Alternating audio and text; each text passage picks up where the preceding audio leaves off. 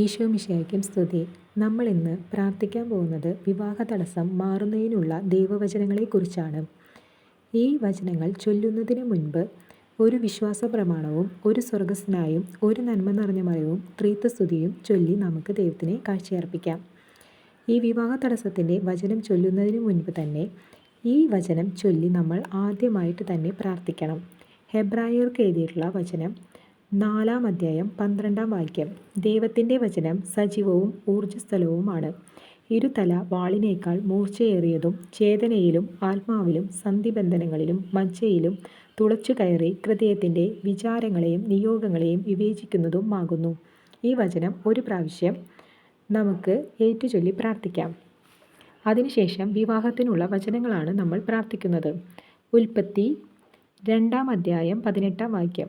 ദൈവമായ കർത്താവ് അരുൾ ചെയ്തു, മനുഷ്യൻ ഏകനായിരിക്കുന്നത് നന്നല്ല, അവന് ചേർന്ന ഇണയെ ഞാൻ നൽകും.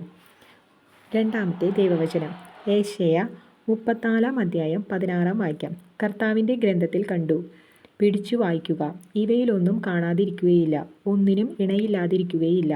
എന്തെന്നാൽ കർത്താവിൻ്റെ അധരങ്ങൾ കൽപ്പിക്കുകയും അവിടുത്തെ ആത്മാവ് അവയെ ഒരുമിച്ച് കൂട്ടുകയും ചെയ്തിരിക്കുന്നു.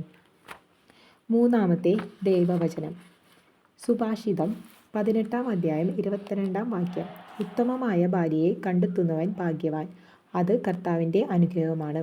ഈ വചനങ്ങളെല്ലാം 10 പ്രാവശ്യം ചൊല്ലി നമുക്ക് പ്രാർത്ഥിക്കാൻ പരിശ്രമിക്കാം. നിങ്ങളുടെ ജീവിതത്തിൽ ദൈവം നിങ്ങൾക്ക് അനുയോജ്യമായ ജീവിത പങ്കാളിയെ തന്ന് അനുഗ്രഹിക്കട്ടെ എന്ന് ഞാൻ ആത്മാർത്ഥമായി പ്രാർത്ഥിക്കുന്നു. പിതാവിൻ്റെയും പുത്രൻ്റെയും പരിശുദ്ധാത്മാവിൻ്റെയും നാമത്തിൽ ആമേൻ.